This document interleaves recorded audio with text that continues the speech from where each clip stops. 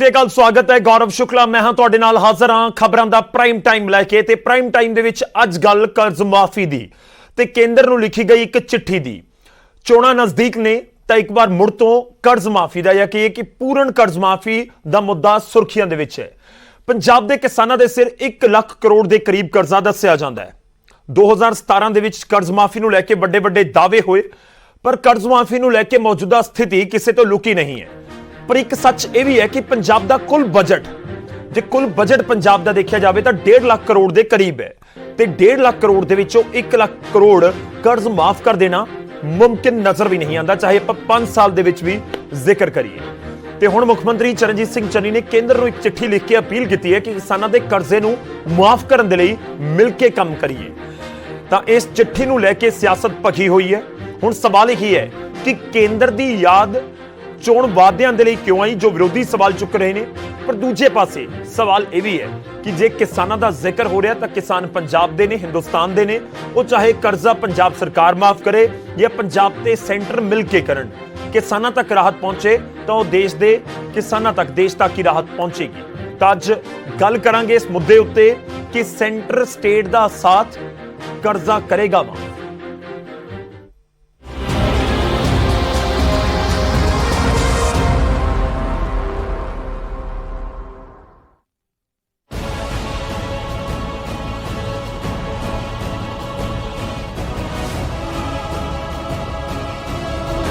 चोणां नेड़े ने ते हर बार किसानी मुद्दा हर चोणां च अहम रहिंदा है। 2017 दीयां चोणां च भी किसानां दा कर्ज माफी दा मुद्दा बहुत उठिया सी ते सत्ता च आउण तो पहलां कांग्रेस ने किसानां दे कर्ज माफी दा वादा भी कीता सी। 2022 दीयां चोणां नेड़े ने जिस तो पहलां सीएम चन्नी ने किसानां दे पूर्ण कर्ज माफी दे विच केंद्र दे सहयोग दी मंग कीती है, जिस नूं लैके प्रधानमंत्री नूं चिट्ठी भी लिखी गई है जिस केंद्र नूं किसानां ते खेत मजदूरां दा कर्ज माफ करन दी अपील कीती है। सीएम चन्नी ने चिट्ठी दे विच लिखिआ है कि केंद्र कर्ज माफी ते पहल करे, सूबा सरकार अपना हिस्सा पावेगी। सीएम ने लिखा है कि केंद्र पूर्ण कर्ज माफी स्कीम लागू करे। सीएम चन्नी दी प्रधानमंत्री नूं लिखी चिट्ठी ते अकाली दल ने सवाल चुकदिआं कहा है कि सीएम चन्नी बीजेपी तो अपने 50% वादे पूरे करवाना चाहुंदे ने। सुखबीर बादल ने सवाल पूछा कि कर्ज माफी दा वादा कांग्रेस ने कीता सी जां केंद्र ने। नाल ही उन्हां पूछा कि हुण सस्ती बिजली लई भी केंद्र तो ही मदद मंगी जावेगी। सीएम ने साबित कर दिता है कि उन्हां ते भरोसा नहीं किया जा सकता। ते तुसीं हुण एक नवां ही ढकवान जड़ा के मैं चिट्ठी लिखती जी केंद्र नूं, केंद्र ने तुहानूं कि न्योता घल्लिया सी। उधर आम आदमी पार्टी ने भी प्रधानमंत्री नूं लिखी चिट्ठी दे उत्ते मुख्यमंत्री नूं घेरिया अते कहा कि अपने वादे केंद्र दे गल पाना चाहुंदे ने। तुसीं उस प्रधानमंत्री तो ये मांग कर रहे हो जिन्हां ने पिछले 7 सालां दे विच देश दे किसी किसान दा तां कर्जा नहीं माफ कीता। उधर चिट्ठी तो बाद बीजेपी ते कांग्रेस भी आमो सामने ने। पंजाब और देश के जिन्ने भी किसान है उन्होंने जो कर्जा है कोई सेंट्रल स्कीम ऐसी होवे दीजिए कि स्टेट भी अपना शेयर पा दे और दोनों सेंटर और स्टेट मिलके कोई कर्जा मुक्ति का जोड़ा कोई ना कोई मनसूबाबंदी ਉਹਦੇ ਵਿੱਚ ਪੰਜਾਬ ਜਿਹੜਾ ਹੈ ਉਹ ਆਪਣਾ ਸ਼ੇਅਰ ਪਾਉਣ ਨੂੰ ਤਿਆਰ ਹੈ। ਸਰ ਮੈਨੂੰ ਬਹੁਤ ਹੈਰਾਨੀ ਹੋਈ ਹੈ ਕਿ ਕਿੰਨੀ ਆਸਾਨੀ ਦੇ ਨਾਲ ਤੁਸੀਂ ਆਪਣੀ ਜ਼ਿੰਮੇਵਾਰੀ ਤੋਂ ਮੂੰਹ ਮੋੜ ਲਿਆ। ਮੈਂ ਉਹਨਾਂ ਨੂੰ ਯਾਦ ਦਿਲਾਇਆ ਇਸ ਚਿੱਠੀ ਦੇ ਮਾਧਿਅਮ ਨਾਲ ਕਿ ਚੋਣਾਂ ਤੋਂ ਪਹਿਲਾਂ ਉਹਨਾਂ ਦੀ ਪਾਰਟੀ ਨੇ ਆਪਣੇ ਮੈਨੀਫੈਸਟੋ 'ਚ ਵਾਅਦਾ ਕੀਤਾ ਸੀ ਕਿ ਕਿਸਾਨਾਂ ਦਾ ਹਰ ਪ੍ਰਕਾਰ ਦਾ ਕਰਜ਼ਾ ਮਾਫ ਕਰਾਂਗੇ। खेती कानून रद्द होने तो बाद किसान आगुआ ने कहा कि कर्ज माफी का वादा किया गया तो उसनूं निभाउणा ही होवेगा। कर्ज माफी के मुद्दे ते हुण मोर्चा पंजाब सरकार खिलाफ खोलण दे उत्ते भी किसान विचार कर रहे हैं। 2017 तो पहला कांग्रेस ने किसानों की कर्ज माफी का वादा किया जो विरोधियों का इल्जाम है कि अज तक पूरा नहीं होया।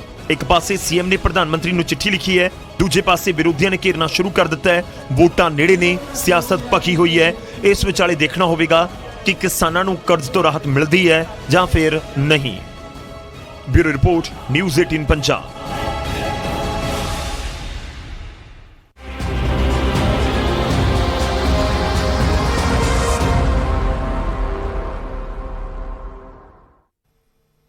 ਤਾਂ ਇਸ ਮੁੱਦੇ ਉੱਤੇ ਹੀ ਗੱਲ ਕਰਾਂਗੇ ਕਿਉਂਕਿ ਕਿਸਾਨਾਂ ਦੇ ਮਸਲਿਆਂ ਦੇ ਉੱਤੇ ਇਸ ਸਮੇਂ ਗੱਲ ਬਹੁਤ ਹੋ ਰਹੀ ਹੈ। ਪਰ ਚੋਣਾਂ ਦੇ ਦੌਰਾਨ ਹਰ ਪਾਰਟੀ ਇਹ ਵੀ ਸਮਝਦੀ ਹੈ ਕਿ ਕਿੰਨਾ ਵੱਡਾ ਵੋਟ ਬੈਂਕ ਹੈ। ਜੇ ਵੋਟ ਬੈਂਕ ਦੇ ਤੌਰ ਦੇ ਉੱਤੇ ਇੱਕ ਵਾਰ ਨਾ ਵੀ ਦੇਖੀਏ ਤਾਂ ਕੀ ਵਾਕਈ ਪੰਜਾਬ ਸਰਕਾਰ ਕਰਜ਼ ਮਾਫੀ ਕਰਨ ਦੇ ਵਿੱਚ ਸਮਰੱਥ ਹੈ ਜਾਂ ਕੇਂਦਰ ਤੇ ਪੰਜਾਬ ਦੋਵੇਂ ਮਿਲ ਕੇ ਕਰਜ਼ ਮਾਫੀ ਕਰ ਸਕਦੇ ਨੇ? ਕਿਉਂਕਿ ਕੇਂਦਰ ਦੇ ਸਾਹਮਣੇ ਸਿਰਫ ਪੰਜਾਬ ਨਹੀਂ ਬਲਕਿ ਬਾਕੀ ਸਟੇਟਾਂ ਵੀ ਨੇ, ਪੂਰੇ ਦੇਸ਼ ਦੀਆਂ ਸਟੇਟਸ ਵੀ ਨੇ ਤੇ ਉਹ ਕਿਸਾਨ ਵੀ ਨੇ। ਤਾਂ ਕੀ ਇਸ ਦੀ ਰੂਪਰੇਖਾ ਰਹਿ ਸਕਦੀ ਹੈ? ਇਸ ਚਿੱਠੀ ਦੇ ਮਾਇਨੇ ਕੀ ਨੇ? ਬਹੁਤ ਸਾਰੇ ਸਵਾਲ ਸਭ ਦੇ ਜ਼ਿਹਨ ਦੇ ਵਿੱਚ ਨੇ। ਅੱਜ ਉਹਨਾਂ ਨੂੰ ਸਮਝਣ ਦੀ, ਜਾਣਨ ਦੀ ਕੋਸ਼ਿਸ਼ ਕਰਾਂਗੇ। ਸਭ ਤੋਂ ਪਹਿਲਾਂ ਤੁਹਾਡਾ ਤਾਰਫ ਕਰਵਾਉਂਦੇ ਹਾਂ ਅੱਜ ਜਿਹੜੇ ਮਹਿਮਾਨ ਸਾਡੇ ਨਾਲ ਜੁੜ ਰਹੇ ਨੇ। ਸਾਡੇ ਨਾਲ ਕਾਂਗਰਸ ਨੂੰ ਰਿਪਰੈਜ਼ੈਂਟ ਕਰਨ ਦੇ ਲਈ ਜੁੜ ਰਹੇ ਨੇ ਕਮਲਜੀਤ ਸਿੰਘ ਬਰਾੜ ਜੀ। ਬਰਾੜ ਸਾਹਿਬ ਬਹੁਤ ਬਹੁਤ ਸਵਾਗਤ ਹੈ। ਚਰਨਜੀਤ ਸਿੰਘ ਬਰਾੜ ਸਾਡੇ ਨਾਲ ਜੁੜ ਰਹੇ ਨੇ ਸ਼੍ਰੋਮਣੀ ਅਕਾਲੀ ਦਲ ਤੋਂ। ਚਰਨਜੀਤ ਬਰਾੜ ਜੀ ਤੁਹਾਡਾ ਵੀ ਬਹੁਤ ਬਹੁਤ ਸਵਾਗਤ ਹੈ। ਸਾਡੇ ਨਾਲ ਜੈਬੰਸ ਸਿੰਘ ਜੀ ਜੁੜ ਰਹੇ ਨੇ ਜੋ ਕਿ ਬੀਜੇਪੀ ਨੂੰ ਰਿਪਰੈਜ਼ੈਂਟ ਕਰਨਗੇ। ਜੈਬੰਸ ਜੀ ਬਹੁਤ ਬਹੁਤ ਸਵਾਗਤ ਹੈ। ਦਿਨੇਸ਼ ਚੱਡਾ ਸਾਡੇ ਨਾਲ ਜੁੜ ਰਹੇ ਨੇ ਆਮ ਆਦਮੀ ਪਾਰਟੀ ਤੋਂ। ਦਿਨੇਸ਼ ਜੀ ਤੁਹਾਡਾ ਵੀ ਬਹੁਤ ਬਹੁਤ ਸਵਾਗਤ ਹੈ ਅੱਜ ਦੀ ਚਰਚਾ ਦੇ ਵਿੱਚ। ਸ਼ੁਰੂਆਤ ਕਮਲਜੀਤ ਜੀ ਤੁਹਾਡੇ ਤੋਂ ਹੀ ਕਰਨ ਜਾ ਰਹੇ ਹਾਂ। ਕਮਲਜੀਤ ਬਰਾੜ ਜੀ ਤੁਹਾਡੇ ਤੋਂ।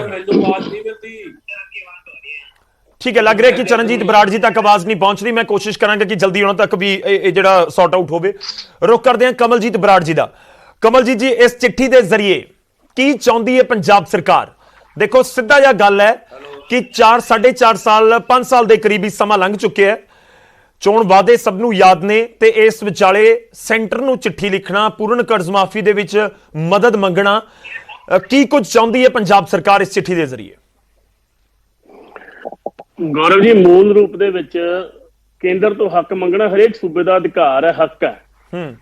ਤੇ ਪੰਜਾਬ ਜਿਹੜਾ ਸਦੀਆਂ ਤੋਂ ਭਾਰਤ ਦਾ ਰਖਵਾਲਾ ਬਣ ਕੇ ਲੜਦਾ ਆ ਰਿਹਾ, ਚਾਹੇ ਮੁਗਲਾਂ ਨਾਲ ਲੜਿਆ, ਚਾਹੇ ਅੰਗਰੇਜ਼ਾਂ ਨਾਲ ਲੜਿਆ, ਹੁਣ ਆਪਦੇ ਮੁਲਕ ਦੇ ਕਾਲੇ ਅੰਗਰੇਜ਼ਾਂ ਨਾਲ ਲੜੀ ਜਾਂਦਾ ਹੈ ਆਪਦੇ ਹੱਕਾਂ ਦੇ ਲਈ। ਤੇ ਇਸ ਲਈ ਸਾਡਾ ਇਹ ਮੁੱਢਲਾ ਅਧਿਕਾਰ ਆ ਤੇ ਸਾਡਾ ਹੱਕ ਬਣਦਾ ਹੈ। ਵੱਡੀ ਆਮਦਨ ਵਾਲੇ ਜਿਹੜੇ ਸਰੋਤ ਆ, ਚਾਹੇ ਇਨਕਮ ਟੈਕਸ ਆ, ਚਾਹੇ GST ਆ, ਚਾਹੇ ਕਸਟਮ ਹੈ, ਉਹ ਸਾਰੇ ਕੇਂਦਰ ਦੇ ਹੱਥਾਂ ਦੇ ਵਿੱਚ ਆ। ਤੇ ਕੇਂਦਰ ਜਦੋਂ ਟੈਕਸਾਂ ਦੇ ਵਿੱਚੋਂ ਆਪਦਾ ਹਿੱਸਾ ਲੈਂਦਾ ਤੇ ਸਾਨੂੰ ਕਿਉਂ ਨਹੀਂ? ਹਾਲਾਂਕਿ ਜਦੋਂ ਕਿ ਪੰਜਾਬ ਦੀ ਆਜ਼ਾਦੀ ਦੀ ਲੜਾਈ ਹੋਵੇ, ਚਾਹੇ ਆਜ਼ਾਦੀ ਦੀ ਲੜਾਈ ਹੋਵੇ, ਚਾਹੇ ਮੁਲਕ ਨੂੰ ਬਚਾਉਣ ਦੀ ਗੱਲ, ਸਭ ਤੋਂ ਵੱਧ ਕੁਰਬਾਨੀਆਂ, ਚਾਹੇ ਅੱਜ ਬਾਰਡਰਾਂ ਦੇ ਉੱਤੇ ਸਾਡੇ ਪੰਜਾਬੀ ਨੌਜਵਾਨਾਂ ਦੀਆਂ ਦੇਸ਼ ਦੀ ਰਾਖੀ ਦੀ ਗੱਲ ਹੈ, ਸਭ ਤੋਂ ਵੱਧ ਲਾਸ਼ਾਂ ਤਿਰੰਗੇ ਵਿੱਚ ਲਪੇਟ ਕੇ ਪੰਜਾਬ ਦੀਆਂ ਆਉਂਦੀਆਂ। ਤੇ ਪੰਜਾਬ ਹਰੇਕ ਸੂਬੇ ਨੂੰ ਆਪਦੇ ਅਧਿਕਾਰ ਮੰਗਣ ਦਾ ਹੱਕ ਹੈ। ਇਹਦੇ 'ਚ ਗਲਤ ਕੀ ਆ? ਔਰ ਜਿਹੜੇ ਲੋਕ ਇਹਦੇ ਤੇ ਉਂਗਲੀ ਚੱਕਦੇ ਆ, ਚਾਹੇ ਉਹ ਕਿਸੇ ਵੀ ਜਮਾਤ ਦੇ ਹੋਣ, ਕਿਸੇ ਵੀ ਪਾਰਟੀ ਦੇ ਹੋਣ, ਮੈਂ ਕਹਿੰਦਾ ਇਹ ਪਹਿਲ ਕਦਮੀ ਕੀਤੀ ਹੈ ਸਰਦਾਰ ਚਰਨਜੀਤ ਸਿੰਘ ਚੰਨੀ ਨੇ, ਚਿੱਠੀ ਲਿਖੀ ਆ, ਉਹਦਾ ਸਮਰਥਨ ਕਰਨਾ ਚਾਹੀਦਾ, ਸਾਥ ਦੇਣਾ ਚਾਹੀਦਾ ਤੇ ਡਟ ਕੇ ਖੜਨਾ ਚਾਹੀਦਾ। ਇਸ ਗੱਲ ਤੇ ਕਮਲਜੀਤ ਜੀ, ਚੋਣ ਵਾਅਦਿਆਂ ਦੇ ਨਾਲ ਕਿਉਂ ਨਾ ਜੋੜਿਆ ਜਾਵੇ ਇਸ ਨੂੰ? ਕਿ ਇਲੈਕਸ਼ਨ ਦਾ ਵਾਅਦਾ ਸੀ, ਤੁਹਾਨੂੰ ਵੀ ਪਤਾ ਹੈ ਵੱਡਾ ਇਸ਼ੂ ਹੋਏਗਾ 2022 ਦੇ ਇਲੈਕਸ਼ਨ ਦੇ ਵਿੱਚ, ਇਨਫੈਕਟ ਹੈ ਬਿਲਕੁਲ ਚੋਣਾਂ ਦੇ ਇਸ ਆਪਾਂ ਦੌਰ ਦੇ ਵਿੱਚ ਹੈ, ਤਾਂ ਇਸ ਨੂੰ ਉਸ ਦੇ ਨਾਲ ਕਿਉਂ ਨਾ ਜੋੜਿਆ ਜਾਵੇ? ਕਿ ਚੋਣ ਵਾਅਦੇ ਨੂੰ ਲੈ ਕੇ ਤੁਸੀਂ ਧਿਆਨ ਦੇ ਵਿੱਚ ਹੈ, ਇਸ ਕਰਕੇ ਤੁਸੀਂ ਸੈਂਟਰ ਨੂੰ ਇਹ ਗੱਲ ਕਹੀ ਹੈ? ਨਹੀਂ, ਇਹ ਗੱਲ ਨਹੀਂ ਹੈਗੀ। ਚੋਣ ਵਾਅਦੇ ਦੇ ਅਸੀਂ ਚੋਣ ਵਾਅਦਾ ਕੀਤਾ ਸੀ ਕਰਜ਼ਾ ਮਾਫੀ ਦਾ। ਠੀਕ ਹੈ, ਅਸੀਂ ਇਹ ਕਿਤੇ ਵੀ ਇਹ ਕਹਿੰਦੇ ਵਿਰੋਧੀ ਸਵਾਲ ਉਠਾਉਂਦੇ ਆ ਕਿ ਇਹਨਾਂ ਨੇ ਪੂਰਨ ਕਰਜ਼ਾ ਮਾਫੀ, ਕੈਪਟਨ ਅਮਰਿੰਦਰ ਸਿੰਘ ਨੇ ਇੱਕ ਜਗ੍ਹਾ ਕਾਫੀ ਵਿਦ ਕੈਪਟਨ ਦੇ ਵਿੱਚ ਕਿਹਾ ਸੀ, ਸਾਡੇ ਮੈਨੀਫੈਸਟੋ 'ਚ ਕਿਤੇ ਨਹੀਂ ਲਿਖਿਆ ਸੀ। ਅਸੀਂ ਫੇਰ ਵੀ ਹੱਦ ਨਾਲੋਂ ਵੱਧ ਜ਼ਖਮਾਂ ਦੇ ਉੱਤੇ ਕਿਸਾਨਾਂ ਦੇ ਮੱਲਮ ਲਾਈ ਆ। ਅੱਜ ਤੱਕ ਕਿਸੇ ਹੋਰ ਪੰਜਾਬ ਦੀ ਗੱਲ ਛੱਡੋ, ਪੂਰੇ ਭਾਰਤ ਦੀ ਗੱਲ ਕਰਾਂ, ਕਿਸੇ ਸੂਬੇ ਦੇ ਕਿਸੇ ਮੁੱਖ ਮੰਤਰੀ ਨੇ ਕਰਜ਼ਾ ਨਹੀਂ ਮਾਫ ਕੀਤਾ। ਕਾਂਗਰਸ ਪਾਰਟੀ ਦੀ ਸਰਕਾਰ ਨੇ ਮਾਫ ਕੀਤਾ ਹੈ ਕਿਸੇ ਨੇ ਵੀ। ਹਾਲਾਂਕਿ ਬਾਦਲ ਸਾਹਿਬ 5 ਵਾਰ CM ਰਹਿ ਗਏ ਆ ਪੰਜਾਬ ਦੇ, ਤੇ ਉਹ ਹਮੇਸ਼ਾ ਕਿਸਾਨਾਂ ਨੂੰ ਆਪਦਾ ਤੁਹਾਡਾ ਨੇਤਾ ਕਹਿ ਕੇ ਕਿਸਾਨਾਂ ਦੀਆਂ ਵੋਟਾਂ ਲਿਜਾਂਦੇ ਰਹੇ, ਪਰ ਅੱਜ ਤੱਕ ਇੱਕ ਪੈਸਾ ਕਿਸੇ ਪ੍ਰਕਾਸ਼ ਸਿੰਘ ਬਾਦਲ ਨੇ ਵੀ ਨਹੀਂ ਮਾਫ ਕੀਤਾ। ਠੀਕ ਹੈ, ਭੁੱਖੇ ਦੇਸ਼ ਦਾ ਢਿੱਡ ਭਰਿਆ ਪੰਜਾਬ ਨੇ। ਜਦੋਂ ਕਣਕ ਅਸੀਂ ਬਾਹਰਲੇ ਮੁਲਕਾਂ ਤੋਂ ਮੰਗਾਉਂਦੇ ਸੀ, ਜਦੋਂ ਹਰੀ ਕ੍ਰਾਂਤੀ ਦੀ ਗੱਲ ਸੀ, ਉਦੋਂ ਪੰਜਾਬ ਨੇ ਭੁੱਖੇ ਮੁਲਕ ਦਾ ਢਿੱਡ ਭਰਿਆ। ਤੇ ਪੰਜਾਬ ਦਾ ਇਹ ਹੱਕ ਬਣਦਾ ਕਿ ਪੰਜਾਬ ਆਪਦਾ ਹੱਕ ਲੈਣ ਲਈ ਚਿੱਠੀਆਂ ਲਿਖੇ। ਚਿੱਠੀ ਦੀ ਹਮਾਇਤ ਕਰਨੀ ਬਣਦੀ ਹੈ, ਚਿੱਠੀ ਤੇ ਸਿਆਸਤ ਨਹੀਂ ਹੋਣੀ ਚਾਹੀਦੀ। ਠੀਕ ਹੈ, ਠੀਕ ਹੈ, ਮੈਂ ਤੁਹਾਡੇ ਕੋਲ ਵਾਪਸ ਆਊਂਗਾ। ਚਿੱਠੀ ਦੇ ਉੱਤੇ ਸਿਆਸਤ ਨਹੀਂ ਹੋਣੀ ਚਾਹੀਦੀ। ਸਾਡੇ ਨਾਲ ਵੱਖ-ਵੱਖ ਪਾਰਟੀਆਂ ਤੋਂ ਆਗੂ ਜੁੜੇ ਹੋਏ ਨੇ, ਪਰ ਪਹਿਲਾਂ ਮੈਂ ਰੁਕ ਕਰਦਾ ਬੀਜੇਪੀ ਦਾ। ਜੈਬੰਸ ਸਿੰਘ ਜੀ ਸਾਡੇ ਨਾਲ ਨੇ। ਜੈਬੰਸ ਜੀ, ਉਮੀਦ ਆਵਾਜ਼ ਤੁਹਾਡੇ ਤੱਕ ਪਹੁੰਚ ਰਹੀ ਹੋਵੇਗੀ। ਦੇਖੋ ਹੱਕ ਹੈ, ਇਹ ਬਹੁਤ ਵੈਲਿਡ ਪੁਆਇੰਟ ਹੈ ਕਿ GST ਜਾਂ ਵੱਡੇ ਜਿਹੜੇ ਸਰੋਤ ਨੇ ਇਨਕਮ ਦੇ, ਉਹ ਸੈਂਟਰ ਦੇ ਕੋਲ ਜਾਂਦੇ ਨੇ। ਇਹ ਤਰਕ ਦੇ ਰਹੇ ਨੇ ਕਿ ਹੱਕ ਹੈ ਮੰਗਣਾ ਸੂਬਿਆਂ ਦਾ ਕਿ ਦਵੋ ਸਾਨੂੰ ਵੀ, ਅਸੀਂ ਲੋਕਾਂ ਤੱਕ ਪਹੁੰਚਾ ਸਕੀਏ। ਤਾਂ ਤੁਸੀਂ ਕਿਉਂ ਸਵਾਲ ਚੁੱਕ ਰਹੇ ਹੋ? ਤੁਹਾਡੇ ਆਗੂ ਕਿਉਂ ਸਵਾਲ ਚੁੱਕ ਰਹੇ ਨੇ ਕਾਂਗਰਸ ਦੇ ਉੱਤੇ ਜਾਂ ਕਾਂਗਰਸ ਦੀ ਚਿੱਠੀ ਦੇ ਉੱਤੇ? ਗੌਰਵ ਜੀ, ਦੇਖੋ ਕੋਈ ਐਸਾ ਸਵਾਲ ਨਹੀਂ ਅਸੀਂ ਚੁੱਕ ਰਹੇ। ਸੈਂਟਰ ਹਮੇਸ਼ਾ ਤਿਆਰ ਰਹਿੰਦਾ ਹੈ ਹਰ ਸਟੇਟ ਦੇ ਨਾਲ ਉਹ ਕਿਸੇ ਵੀ ਐਸੀ ਮੁਹਿੰਮ ਦੇ ਉੱਤੇ ਕੰਮ ਕਰਨ ਵਾਸਤੇ ਜਿਹੜੀ ਫਾਰਮਰਸ ਵਾਸਤੇ ਜਾਂ ਕਿਸੇ ਹੋਰ ਤਬਕੇ ਵਾਸਤੇ ਬੈਨੀਫੀਸ਼ੀਅਲ ਹੋਏ। ਤੇ ਅਸੀਂ ਕੋਈ ਵੀ ਐਸਾ ਪ੍ਰਪੋਜ਼ਲ ਅਗਰ ਕਿਸੇ ਸਟੇਟ ਤੋਂ ਆਏ, ਅਸੀਂ ਉਸ ਪ੍ਰਪੋਜ਼ਲ ਨੂੰ ਬਹੁਤ ਅੱਛੀ ਤਰ੍ਹਾਂ ਵੈਲਕਮ ਕਰਨੇ ਆ ਤੇ ਉਹਦੇ ਉੱਤੇ ਕੰਮ ਕਰਨ ਨੂੰ ਤਿਆਰ ਆ। ਪਰ ਇਹ ਜਿਹੜਾ ਪ੍ਰਪੋਜ਼ਲ ਹੈ, ਹੁਣ ਜਦੋਂ ਇਹਨਾਂ ਨੇ ਉਦੋਂ ਦਿੱਤਾ ਸੀਗਾ, ਇੱਕ ਵਾਅਦਾ ਦਿੱਤਾ ਸੀਗਾ, ਉਹਦੇ ਬਾਅਦ 4.5 ਸਾਲ ਤੱਕ ਇਹਨਾਂ ਨੇ ਸਾਨੂੰ ਕੋਈ ਚਿੱਠੀ ਨਹੀਂ ਲਿਖੀ ਕਿ ਸਾਡੇ ਨਾਲ ਮਿਲ ਕੇ ਤੇ ਚਲੋ ਆਪਾਂ ਇਕੱਠੇ ਰਲ ਮਿਲ ਕੇ ਇਹਨੂੰ ਠੀਕ ਕਰੀਏ ਕਰਜ਼ੇ ਨੂੰ। ਤੇ ਇਸ ਗੱਲ ਦੇ ਵਿੱਚ ਤੁਹਾਨੂੰ ਕੋਈ ਰਾਜ ਬਦਬੂ ਨਹੀਂ ਨਜ਼ਰ ਆਉਂਦੀ? ਨਹੀਂ, ਤੁਹਾਨੂੰ ਆ ਰਹੀ ਹੈ ਸਰ, ਤੁਹਾਨੂੰ ਆ ਰਹੀ ਹੈ। ਗੌਰਵ ਜੀ, ਜਦੋਂ ਤੁਸੀਂ ਮੈਨੂੰ ਟਾਈਮ ਦਿੱਤਾ ਮੈਨੂੰ ਪੂਰਾ ਨਹੀਂ, ਕਹਿ ਨਹੀਂ, ਦਿਓ। please, ਅਗਰ ਮੈਂ ਇਹਨਾਂ ਤਾਂ ਨੇ ਤੁਹਾਡੇ ਸਵਾਲ ਦੇ ਉੱਪਰ ਹੀ ਮੈਂ ਸਵਾਲ ਨਾਲ ਕਰ ਰਿਹਾ ਕਿ ਤੁਸੀਂ ਕਹਿ ਰਹੇ ਹੋ ਕਿ ਸਿਆਸੀ ਬਦਬੂ ਨਹੀਂ ਆ ਰਹੀ, ਤਾਂ ਤੁਹਾਨੂੰ ਆ ਰਹੀ ਹੈ, ਬੀਜੇਪੀ ਨੂੰ ਆ ਰਹੀ ਹੈ। ਹਾਂ ਬਿਲਕੁਲ, ਦੇਖੋ ਅਗਰ ਇਹਨਾਂ ਦੀ ਠੀਕ ਹੁੰਦੀ ਤੇ ਬਹੁਤ ਦੇਰ ਪਹਿਲੇ 3-4 ਸਾਲ ਪਹਿਲੇ ਸਾਡੇ ਨਾਲ ਇਹ ਗੱਲ ਕਰਦੇ ਤੇ ਅਸੀਂ ਵੈਲਕਮ ਕਰਦੇ, ਅਸੀਂ ਹੁਣ ਵੀ ਵੈਲਕਮ ਕਰਨੇ ਆ ਕਿ ਠੀਕ ਹੈ, ਅਗਰ ਕੋਈ ਨੀਤੀ ਬਣਾਣੀ ਹੈ ਇਸ ਗੱਲ ਦੇ ਉੱਤੇ ਤੇ ਪੱਕਾ ਨੀਤੀ ਬਣਾਈ ਜਾਏਗੀ। ਪਰ ਹੁਣ 2 ਮਹੀਨੇ ਰਹਿ ਗਏ ਇਹਨਾਂ ਦੀ ਗਵਰਨਮੈਂਟ ਨੂੰ, ਹੁਣ ਕਾਦੀ ਨੀਤੀ ਬਣਾਉਣਗੇ? ਠੀਕ ਹੈ, ਚਲੋ ਮੈਂ ਇੱਕ ਛੋਟਾ ਜਿਹਾ ਰਿਐਕਸ਼ਨ ਲੈਣਾ। ਕਮਲਜੀਤ ਬਰਾੜ ਜੀ, 4.5 ਸਾਲ ਯਾਦ ਨਹੀਂ ਆਈ ਕਿ ਜੇ ਗੱਲ ਕਰਨੀ ਸੀ ਤਾਂ 4 ਸਾਲ ਪਹਿਲਾਂ ਕਰ ਦੇਣਾ। 2 ਮਹੀਨੇ 'ਚ ਕਿਹੜੀ ਨੀਤੀ ਬਣ ਜਾਏਗੀ ਜਾਂ ਕਿਸ ਤਰੀਕੇ ਨਾਲ ਕਰਜ਼ ਮਾਫੀ ਹੋ ਜਾਏਗੀ? ਇਹ ਤਾਂ ਪ੍ਰੋਸੈਸ ਅੱਜ ਵੀ ਸ਼ੁਰੂ ਕਰ ਲਓ ਤਾਂ ਵੀ 2 ਮਹੀਨੇ 'ਚ ਔਖਾ ਹੈ। ਭਾਜਪਾ ਨੂੰ ਸਾਡੀ ਚਿੱਠੀ ਤੋਂ ਬਿਨਾਂ ਨਹੀਂ ਕਿਸਾਨ ਦਿਸਦੇ ਕਿ ਕਿਸਾਨ ਖੁਦਕੁਸ਼ੀਆਂ ਕਰ ਰਿਹਾ, ਕਿਸਾਨ ਕਰਜ਼ੇ ਦੀ ਮਾਰ ਹੇਠਾਂ। ਜੇ ਕਾਰਪੋਰੇਟ ਘਰਾਣਿਆਂ ਦਾ, ਅਬਾਨੀਆਂ ਅਡਾਨੀਆਂ ਦਾ, ਵਿਜੇ ਮਾਲੀਆ ਵਰਗਿਆਂ ਦਾ, ਲਲਿਤ ਮੋਦੀ ਵਰਗਿਆਂ ਦਾ, ਜੇ ਹੋਰ ਇਹਨਾਂ ਕਾਰਪੋਰੇਟ ਲੋਕਾਂ ਦਾ ਘਰਾਣਿਆਂ ਦਾ ਕਰਜ਼ਾ ਮਾਫ ਹੋ ਸਕਦਾ ਤੇ ਕਿਸਾਨਾਂ ਦਾ ਕਿਉਂ ਨਹੀਂ? ਕਿਸਾਨਾਂ ਦੇ ਕਰਜ਼ ਮਾਫੀ ਦੀ ਚਿੱਠੀ ਤੇ ਸਵਾਲ ਕਿਉਂ? ਇਹਨਾਂ ਨੂੰ ਕੋਈ ਮੁੱਦੇ ਤੇ ਰਹਿਣ ਮੁੱਦਾ ਹੈ, ਉਹ ਕਿਸਾਨ ਦੀ ਜਿਹੜਾ ਕਰਜ਼ ਮਾਫ ਕਰਨਾ ਮੁੱਦਾ ਹੈ, ਇਹਨਾਂ ਨੂੰ ਕੋਈ ਮੁੱਦੇ ਤੇ ਰਹਿਣਗੇ। ਮੈਂ ਆਪਣੀ ਗੱਲ ਪੂਰੀ ਕਰ ਰਿਹਾ, ਤੁਹਾਡੀ ਗੱਲ 'ਚ ਬੋਲਿਆ ਨਹੀਂ ਨਾ, ਮੈਂ ਤੁਹਾਡੀ ਗੱਲ 'ਚ ਮੈਂ ਬੋਲਿਆ ਨਹੀਂ। ਠੀਕ ਹੈ, ਕੋਈ ਗੱਲ ਨਹੀਂ, ਕੰਪਲੀਟ ਕਰ ਲਓ। ਕਾਰਪੋਰੇਟਾਂ ਦੀ ਸਰਕਾਰ ਹੈ, ਜਦੋਂ ਕਾਰਪੋਰੇਟਾਂ ਦੀ ਗੱਲ ਕਰੋਗੇ ਇਹਨਾਂ ਨੂੰ ਤਕਲੀਫ ਹੋਊਗੀ। ਕਾਰਪੋਰੇਟਾਂ ਨੂੰ ਹੀ ਐਂਟਰਟੇਨ ਕਰ ਰਹੀ ਆ, ਇਹਨਾਂ ਨੂੰ ਕਿਸਾਨਾਂ ਨਾਲ ਕੋਈ ਸਰੋਕਾਰ ਨਹੀਂ। ਜੈਬਾਂਸ਼ ਜੀ ਰਿਐਕਟ ਕਰਨਾ ਚਾਹੋਗੇ? ਜੈਬਾਂਸ਼ ਜੀ। ਕਰਨਾ ਚਾਹਾਂਗਾ, ਜਿਹੜਾ ਇਹ ਕਾਂਗਰਸ ਦੇ ਪ੍ਰਵਕਤਾ ਨੇ ਜਿਹੜੀ ਸਟੇਟਮੈਂਟ ਬਣਾਈ ਹੈ, ਇਹ ਸਟੇਟਮੈਂਟ ਪੂਰੀ ਅੱਜ ਦੀ ਡਿਬੇਟ ਨੂੰ ਡਿਰੇਲ ਕਰਨ ਵਾਸਤੇ ਬਣਾਈ ਹੈ ਤਾਂ ਕਿ ਜਿਹੜਾ ਮੁੱਦਾ ਹੈ ਉਹਦੇ ਵਿੱਚੋਂ ਅਸੀਂ ਬਾਹਰ ਨਿਕਲ ਜਾਈਏ। ਤੇ ਮੈਂ ਤੁਹਾਨੂੰ ਇਹ ਦੱਸਣਾ ਚਾਹੁੰਦਾ ਕਿ ਅਸੀਂ 6000 ਇਹਨਾਂ ਨੂੰ ਕੋਹਨ ਚੁੱਪ ਹੋ ਜਾਣ, 6000 ਦੇ ਹਿਸਾਬ ਦੇ ਨਾਲ ਐਨੂਅਲੀ ਜਿਹੜਾ ਫਾਰਮਰਸ ਨੂੰ ਦੇ ਰਹੇ ਆ, it comes to 1.6 lakh crore. ਜਿਹੜਾ ਸਾਡਾ ਸੋਇਲ ਹੈਲਥ ਕਾਰਡ ਹੈ ਉਹਦੇ ਉੱਤੇ ਅਸੀਂ 2 ਲੱਖ ਕਰੋੜ ਦੀ ਫੈਸਿਲਿਟੀ ਦਿੱਤੀ ਹੈ। ਫਰਟੀਲਾਈਜ਼ਰ ਦੇ ਉੱਤੇ ਅਸੀਂ ਦੇ ਰਹੇ ਹਾਂ ਸਬਸਿਡੀ। ਉਹਦੇ ਬਾਅਦ ਐਗਰੀਕਲਚਰ ਪ੍ਰੋਡਕਟਸ ਦੀ ਜਿਹੜੀ ਪ੍ਰੋਡਕਸ਼ਨ ਹੈ ਪੂਰੇ ਨੇਸ਼ਨ ਦੇ ਵਿੱਚ ਜਿਹੜੀ ਹੈ ਵੱਧ ਗਈ ਹੈ। DAP ਦੇ ਉੱਤੇ ਅਸੀਂ 50% ਦੇ ਰਹੇ ਹਾਂ। ਬੀਮਾ ਇੰਸ਼ੋਰੈਂਸ ਦੇ ਉੱਤੇ ਅਸੀਂ 1 ਲੱਖ ਕਰੋੜ ਰੁਪਇਆ ਖਰਚ ਦਿੱਤਾ ਹੈ। ਤੇ ਜੋ ਸੈਂਟਰ ਦੇ ਕੰਮ ਹੈਗੇ ਨੇ ਉਹ ਸੈਂਟਰ ਕਰ ਰਹੀ ਹੈ। ਸੈਂਟਰ ਇਹ ਵੀ ਨਹੀਂ ਕਹਿ ਰਹੀ, ਮੈਂ ਇਹ ਬਿਲਕੁਲ ਨਹੀਂ ਕਹਿ ਰਿਹਾ ਕਿ ਅਸੀਂ ਇਹਨਾਂ ਦੇ ਇਸ ਗੱਲ ਨੂੰ ਵੈਲਕਮ ਨਹੀਂ ਕਰ ਰਹੇ। ਮੈਂ ਸਿਰਫ ਇਹ ਕਹਿ ਰਿਹਾ ਕਿ ਇਹਦੇ ਵਿੱਚੋਂ ਸਿਆਸੀ ਬੋ ਆ ਰਹੀ ਹੈ ਤੇ ਇਹ ਇਸ ਵੇਲੇ ਇਹਨਾਂ ਨੂੰ ਇਹ ਕਹਿਣਾ ਨਹੀਂ ਸੀ ਚਾਹੀਦਾ, ਕਿਉਂਕਿ ਇਹਨਾਂ ਨੇ ਵਾਅਦਾ ਦਿੱਤਾ ਸੀ। ਇਹ ਵਾਅਦਾ ਪੂਰਾ ਕਰਨ ਵਾਸਤੇ 4 ਸਾਲ ਪਹਿਲੇ ਵੀ ਇਹ ਸਾਨੂੰ ਕਹਿ ਸਕਦੇ ਸੀਗੇ ਤੇ ਇਹ ਕਹਿਣਾ ਕਿ ਸਾਨੂੰ ਨਜ਼ਰ ਨਹੀਂ ਆਉਂਦਾ, ਨਜ਼ਰ ਦੀ ਗੱਲ ਨਹੀਂ ਹੈ ਗੌਰਵ ਜੀ, ਨਜ਼ਰ ਸਾਨੂੰ ਸਭ ਕੁਝ ਆਉਂਦਾ ਹੈ। ਪਰ ਇਹਨਾਂ ਨੂੰ ਆਪਣੇ ਵੱਲੋਂ ਕੋਈ ਇਨੀਸ਼ੀਏਟਿਵ ਲੈਣਾ ਚਾਹੀਦਾ ਸੀ। ਹੁਣ ਗੱਲ ਇਹ ਹੋ ਰਹੀ ਹੈ ਕਿ ਇਹਨਾਂ ਨੇ ਇਨੀਸ਼ੀਏਟਿਵ ਲਿਆ ਕਿ ਨਹੀਂ ਲਿਆ। ਉੱਤੋਂ ਦੀ ਕਾਂਗਰਸ ਦੇ ਪ੍ਰਵਕਤਾ ਕਹਿ ਰਹੇ ਨੇ ਉਹ ਕਾਫੀ ਵਿਦ ਕੈਪਟਨ ਦੇ ਵਿੱਚ ਕੈਪਟਨ ਸਾਹਿਬ ਨੇ ਕਹਿਤਾ ਸੀ ਪਰ ਅਸੀਂ ਮੈਨੀਫੈਸਟੋ 'ਚ ਨਹੀਂ ਪਾਇਆ। ਇਹ ਐਸੀਆਂ ਸਟੇਟਮੈਂਟਸ ਦੇ ਕੇ ਇਹ ਪੰਜਾਬ ਦੇ ਫਾਰਮਰਸ ਦੇ ਨਾਲ ਮਜ਼ਾਕ ਕਰ ਰਹੇ ਨੇ ਤੇ ਮੈਨੂੰ ਇਹ ਮਜ਼ਾਕ ਬਿਲਕੁਲ ਸਹੀ ਨਹੀਂ ਲੱਗਦਾ। ਉੱਤੋਂ ਦੀ ਜਿਹੜੀ GST ਹੈ ਉਹ ਸਿਰਫ ਨਹੀਂ, ਪੂਰਾ ਸੁਣ ਲਓ, GST ਸਿਰਫ ਸੈਂਟਰ ਵਾਸਤੇ ਨਹੀਂ ਹੈ। GST ਦਾ ਇਹਨਾਂ ਦਾ ਜਿਹੜਾ ਫੇਅਰ ਸ਼ੇਅਰ ਹੈ ਉਹ ਇਹਨਾਂ ਨੂੰ ਮਿਲਦਾ ਰਹਿੰਦਾ ਹੈ ਤੇ ਉਹਨੂੰ ਇਹ ਯੂਜ਼ਫੁਲੀ ਇਸਤੇਮਾਲ ਨਹੀਂ ਕਰਦੇ। ਜਿਹੜੇ ਸਾਡੇ ਵੱਲੋਂ ਇਹਨਾਂ ਦੇ ਕੋਲ ਇੰਨੇ ਜ਼ਿਆਦਾ ਪੈਸੇ ਆਉਂਦੇ ਨੇ ਉਹ ਇਹਨਾਂ ਦੇ ਸਕੈਮਸ ਦੇ ਵਿੱਚ ਖਤਮ ਹੋ ਜਾਂਦੇ ਨੇ। ਤੁਹਾਨੂੰ ਪਤਾ ਹੀ ਹੈ ਕੈਸੇ ਸਕੈਮਸ ਹੁੰਦੇ ਨੇ। ਠੀਕ ਹੈ ਸਰ, ਮੈਂ ਅੱਗੇ ਦੱਸਾਂਗਾ। ਆਪਾਂ ਹੋਰ ਤਫਸੀਲ ਨਾਲ ਗੱਲ ਕਰਦੇ ਹਾਂ। ਮੈਂ ਪੁਆਇੰਟ ਦੇ ਉੱਤੇ ਵਾਪਸ ਆਵਾਂਗਾ। ਇੱਕ ਵਾਰ ਬਾਕੀ ਮਹਿਮਾਨਾਂ ਦਾ ਵੀ ਰੁਖ ਕਰਨਾ। ਚਰਨਜੀਤ ਬਰਾੜ ਜੀ ਸਾਡੇ ਨਾਲ ਜੁੜੇ ਹੋਏ ਨੇ ਸ਼੍ਰੋਮਣੀ ਅਕਾਲੀ ਦਲ ਤੋਂ ਤੇ ਦਿਨੇਸ਼ ਚੱਡਾ ਜੀ ਆਮ ਆਦਮੀ ਪਾਰਟੀ ਤੋਂ। ਚਰਨਜੀਤ ਬਰਾੜ ਜੀ, ਦੇਖੋ ਸੁਖਬੀਰ ਸਿੰਘ ਬਾਦਲ ਤੁਹਾਡੀ ਪਾਰਟੀ ਦੇ ਪ੍ਰਧਾਨ ਨੇ, ਉਹ ਕਹਿ ਰਹੇ ਨੇ ਕਿ 50% ਵਾਅਦੇ ਪੂਰੇ ਕਰਵਾਉਣ ਦੇ ਲਈ ਸੈਂਟਰ ਦਾ ਰੁਖ ਕਰ ਰਹੇ ਨੇ, ਮਦਦ ਮੰਗ ਰਹੇ ਨੇ ਚਰਨਜੀਤ ਚੰਨੀ। ਤੇ ਕਾਂਗਰਸ ਦੇ ਬੁਲਾਰੇ ਬੈਠੇ ਨੇ, ਉਹ ਕਹਿੰਦੇ ਨੇ ਕਿ ਹੱਕ ਹੈ ਸਾਡਾ, ਅਸੀਂ ਸੈਂਟਰ ਤੋਂ ਜਾ ਕੇ ਕੁਝ ਮੰਗੀਏ ਜਾਂ ਸੈਂਟਰ ਨੂੰ ਕਹੀਏ ਕਿ ਇਸ ਮੁੱਦੇ ਤੇ ਸਾਡੀ ਮਦਦ ਕਰੋ। ਔਰ ਰੈਲੀਵੈਂਟ ਤੇ ਵੈਲਿਡ ਵੀ ਲੱਗਦਾ ਪੁਆਇੰਟ। ਤੁਹਾਨੂੰ ਉਸ ਦੇ ਉੱਤੇ ਆਪੱਤੀ ਕਿਉਂ ਹੈ? ਦੇਖੋ, ਸਾਨੂੰ ਆਪੱਤੀ ਇਸ ਗੱਲ ਤੇ ਨਹੀਂ ਹੈ। ਸਾਨੂੰ ਆਪੱਤੀ ਇਸ ਗੱਲ ਤੇ ਹੈ ਕਿ ਅੱਜ 14 ਦਿਨ ਰਹਿ ਗਏ ਪੂਰੇ ਕੋਡ ਲੱਗਣ ਦੇ ਵਿੱਚ ਗੌਰਵ ਜੀ। ਔਰ 14 ਦਿਨ ਇਸ ਕਿਸਮ ਦਾ ਇਨੀਸ਼ੀਏਟਿਵ ਲੈਣਾ, ਮੇਰਾ ਖਿਆਲ 10 ਵਾਰੀ ਮੁੱਖ ਮੰਤਰੀ ਸਾਹਿਬ ਦਿੱਲੀ ਜਾ ਰਹੇ ਹੈ। ਕਈ ਵਾਰੀ ਮੇਰਾ ਖਿਆਲ ਹੈ ਕਿ ਸਾਰੇ ਜਿਹੜੇ ਕੇਂਦਰ ਦੇ ਵਜ਼ੀਰ ਹੈ, ਪ੍ਰਧਾਨ ਮੰਤਰੀ ਤੋਂ ਲਾ ਕੇ ਅਮਿਤ ਸ਼ਾਹ ਤੋਂ ਲਾ ਕੇ ਸਭ ਨੂੰ ਮਿਲੇ ਆਏ ਆ। ਕਦੇ ਬਾਹਰ ਨਿਕਲ ਕੇ ਇਹ ਗੱਲ ਦਾ ਜ਼ਿਕਰ ਨਹੀਂ ਕੀਤਾ ਕਿ ਮੈਂ ਪੰਜਾਬ ਦੇ ਕਿਸਾਨਾਂ ਦੇ ਕਰਜ਼ੇ ਮਾਫੀ ਦੀ ਗੱਲ ਕਰਕੇ ਆਏ। ਔਰ ਅੱਜ ਜਦੋਂ ਹੁਣ 14 ਦਿਨ ਬਕਾਇਆ ਰਹਿ ਗਏ ਹੈ ਤੇ ਇਹ ਕਿੱਥੋਂ ਕੇਂਦਰ ਦੇਊਗੀ ਤੇ ਕਿੱਥੋਂ ਇਹ ਮਾਫ ਕਰਨਗੇ? ਸਵਾਲ ਇਸ ਗੱਲ ਦਾ ਹੈ ਕਿ ਬਾਰ-ਬਾਰ ਇੱਕ ਗੱਲ ਕਹਿੰਦੇ ਕਿ ਸਾਡੀ ਜਿੰਨੀ ਕੁ ਫਾਈਨੈਂਸ਼ੀਅਲ ਸਿਚੁਏਸ਼ਨ ਸੀ ਅਸੀਂ ਉਹਨਾਂ ਦੇਤਾ।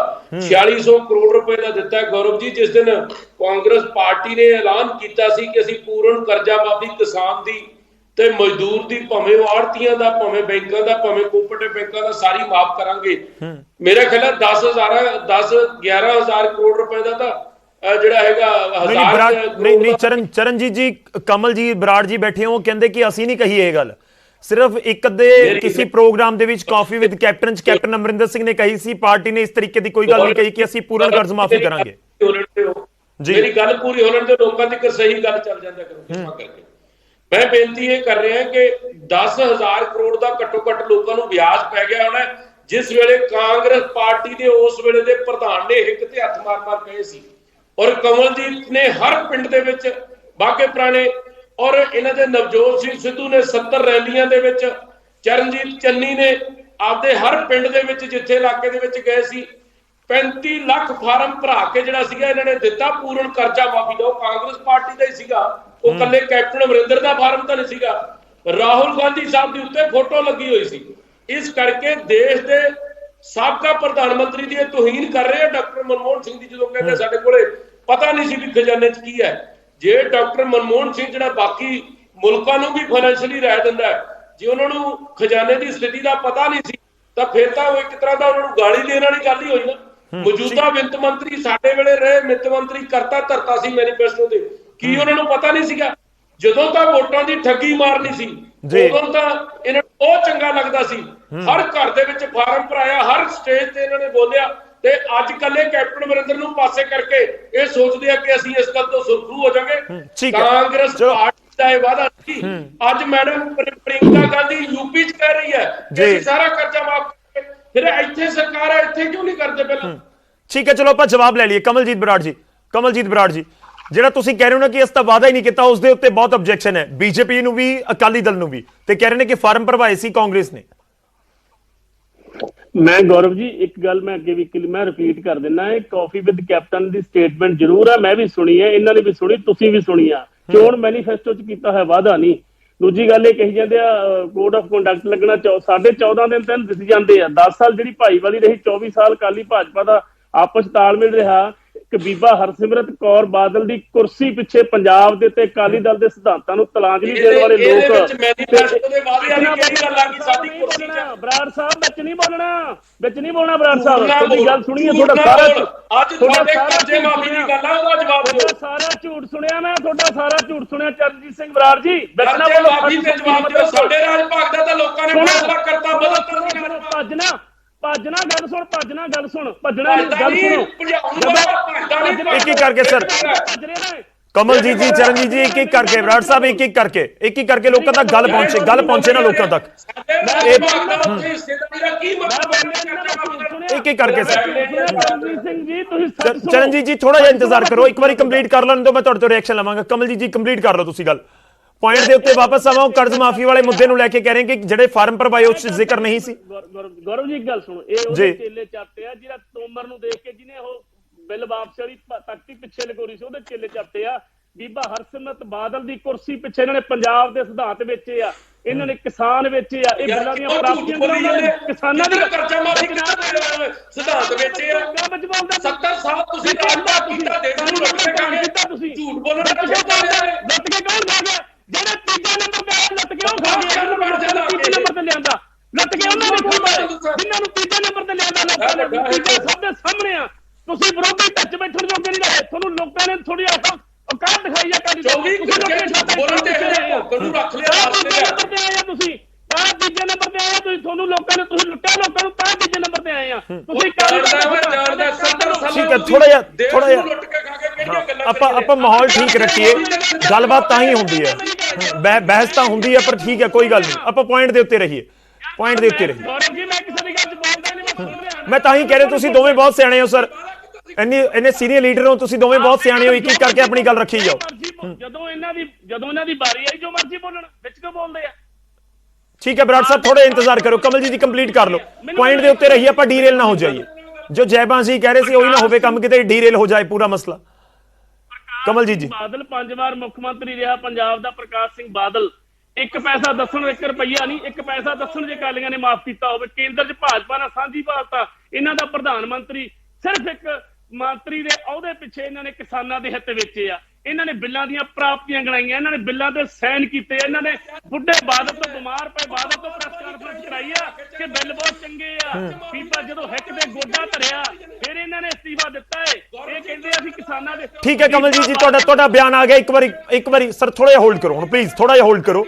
ਨਹੀਂ ਸਮਝ ਆਉਂਦੀ ਇਸ ਤਰੀਕੇ ਨਾਲ, ਨਹੀਂ ਸਮਝ ਆਉਂਦੀ। ਇੱਕ ਸੈਕਿੰਡ ਹੋਲਡ ਕਰੋ। ਚਰਨਜੀਤ ਜੀ ਛੋਟਾ ਜਿਹਾ ਕਮੈਂਟ ਦਿਓ। ਦਿਨੇਸ਼ ਚੱਡਾ ਜੀ ਬਹੁਤ ਦੇਰ ਦੇ ਇੰਤਜ਼ਾਰ ਕਰ ਰਹੇ ਨੇ, ਮੈਂ ਉਹਨਾਂ ਤੋਂ ਫਰਸਟ ਰਿਐਕਸ਼ਨ ਲੈਣਾ ਅੱਜ ਤੱਕ।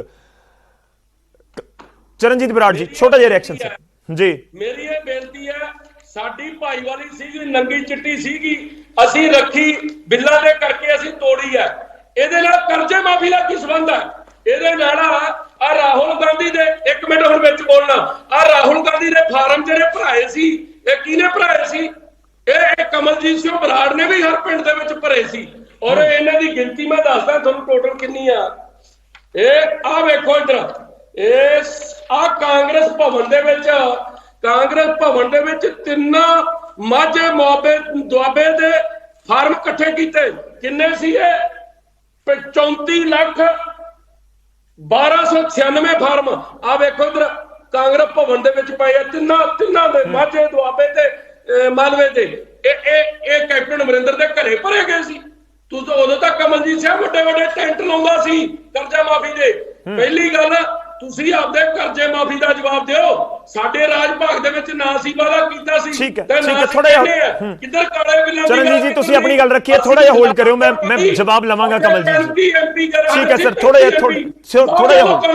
ਠੀਕ ਹੈ, ਥੋੜਾ ਜਿਹਾ ਹੋਲਡ ਰੱਖਿਓ।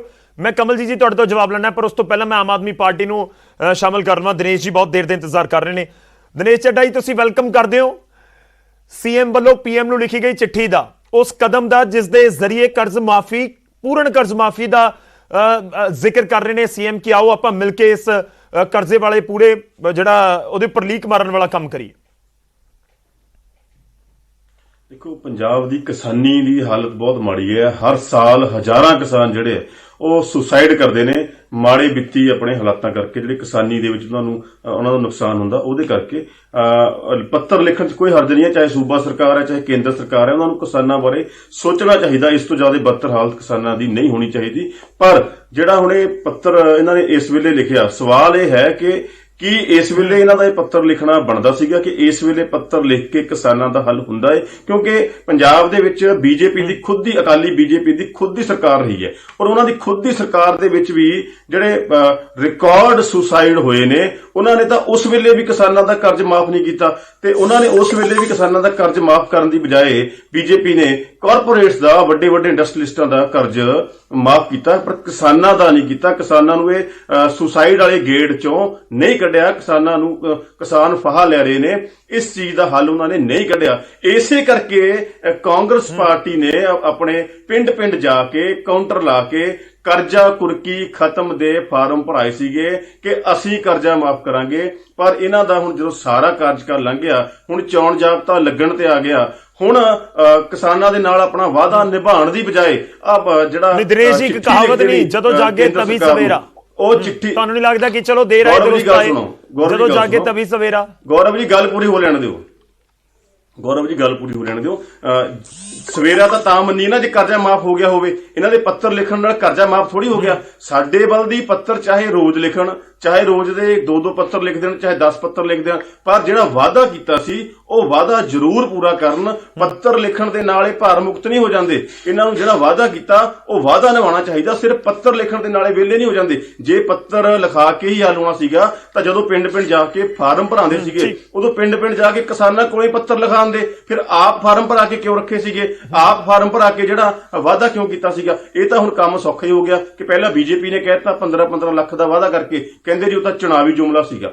ਹੁਣ ਕਾਂਗਰਸ ਵਾਲੇ ਬਦਾਰਾ ਸਾਹਿਬ ਕਹੀ ਜਾਂਦੇ ਆ, ਕਹਿੰਦੇ ਅਸੀਂ ਨਹੀਂ ਕੀਤਾ ਸੀ, ਉਹ ਤਾਂ ਐਵੇਂ ਕਾਫੀ ਵਿਦ ਕੈਪਟਨ ਸੀਗਾ, ਉਹ ਤਾਂ ਕਾਫੀ ਪੀਂਦੇ ਹੋ ਗਿਆ। ਉਹ ਭਾਈ ਕਾਫੀ ਪੀਂਦੇ ਨਹੀਂ ਹੋ ਗਿਆ। ਤੁਸੀਂ ਸਾਰੇ ਕਾਂਗਰਸੀਆਂ ਨੇ ਪਿੰਡ ਜਾ ਕੇ ਫਾਰਮ ਭਰਾਏ ਨੇ। ਔਰ ਹੈਰਾਨੀ ਦੀ ਗੱਲ ਇਹ ਹੈ ਕਿ ਇੱਥੇ ਟੀਵੀ ਤੇ ਆ ਕੇ, ਚਲੋ ਆਪਾਂ ਜਵਾਬ ਲੈ ਲਿਓ, ਮਤਲਬ ਤੁਸੀਂ ਇੱਕ ਗੱਲ ਕਲੀਅਰ ਕਰ ਰਹੇ ਹੋ। ਇੱਕ ਮਿੰਟ ਗੌਰਵ ਜੀ ਸਵਾਲ, ਇੱਕ ਮੇਰਾ ਸਵਾਲ ਹੋ ਰਿਹਾ ਗੌਰਵ ਜੀ, ਇੱਕ ਮੇਰਾ ਸਵਾਲ ਹੋ ਰਿਹਾ ਕਿ ਇੱਥੇ ਟੀਵੀ ਤੇ ਆ ਕੇ ਵੀ ਆਹੀ ਹਾਲ ਹੁੰਦਾ ਕਿ ਇੱਕ ਦੂਜੇ ਨੂੰ ਤੂੰ ਤੜਕ ਕਰਕੇ ਜਿਹੜਾ ਇਸ਼ੂ ਨੂੰ ਡਾਇਵਰਟ ਕਰਨ ਦੀ ਕੋਸ਼ਿਸ਼ ਕੀਤੀ ਜਾਂਦੀ ਹੈ। ਪੰਜਾਬ ਦੀ ਵਿਧਾਨ ਸਭਾ ਦੇ ਵਿੱਚ ਵੀ ਇਹੀ ਹਾਲ ਹੁੰਦਾ। ਪਰ ਇਹ ਨੀਤੀ ਪਾਲਿਸੀ ਕੌਣ ਬਣਾਊਗਾ ਕਿ ਕਿਸਾਨ ਸੁਸਾਈਡ ਨਾ ਕਰਨ? ਉਹਨਾਂ ਨੂੰ ਜੇ ਫਸਲ ਖਰਾਬ ਹੁੰਦੀ ਹੈ, ਫਸਲ ਖਰਾਬ ਹੋਣ ਕਰਕੇ ਮੁਆਵਜ਼ਾ ਨਹੀਂ ਮਿਲਦਾ ਤਾਂ ਵੀ ਸੁਸਾਈਡ ਦੀ ਨੌਬਤ ਆਉਂਦੀ ਹੈ। ਠੀਕ ਹੈ ਦਿਨੇਸ਼ ਜੀ, ਇਦਾਂ ਦੇ ਕਾਨੂੰਨ ਤੁਹਾਡਾ ਪੁਆਇੰਟ ਆ ਗਿਆ। ਮੇਰਾ ਅਗਲਾ ਸਵਾਲ ਤੁਹਾਡੇ ਕੋਲ ਇਹੀ ਹੋਏਗਾ, ਮੈਂ ਤੁਹਾਡੇ ਕੋਲ ਵਾਪਸ ਆਉਂਗਾ। ਮੇਰਾ ਅਗਲਾ ਸਵਾਲ ਇਹੀ ਹੋਏਗਾ ਕਿ ਆਮ ਆਦਮੀ ਪਾਰਟੀ ਕੋਲ ਰੋਡ ਮੈਪ ਕੀ ਹੈ, ਉਹ ਦੱਸ ਦੇਵੇ।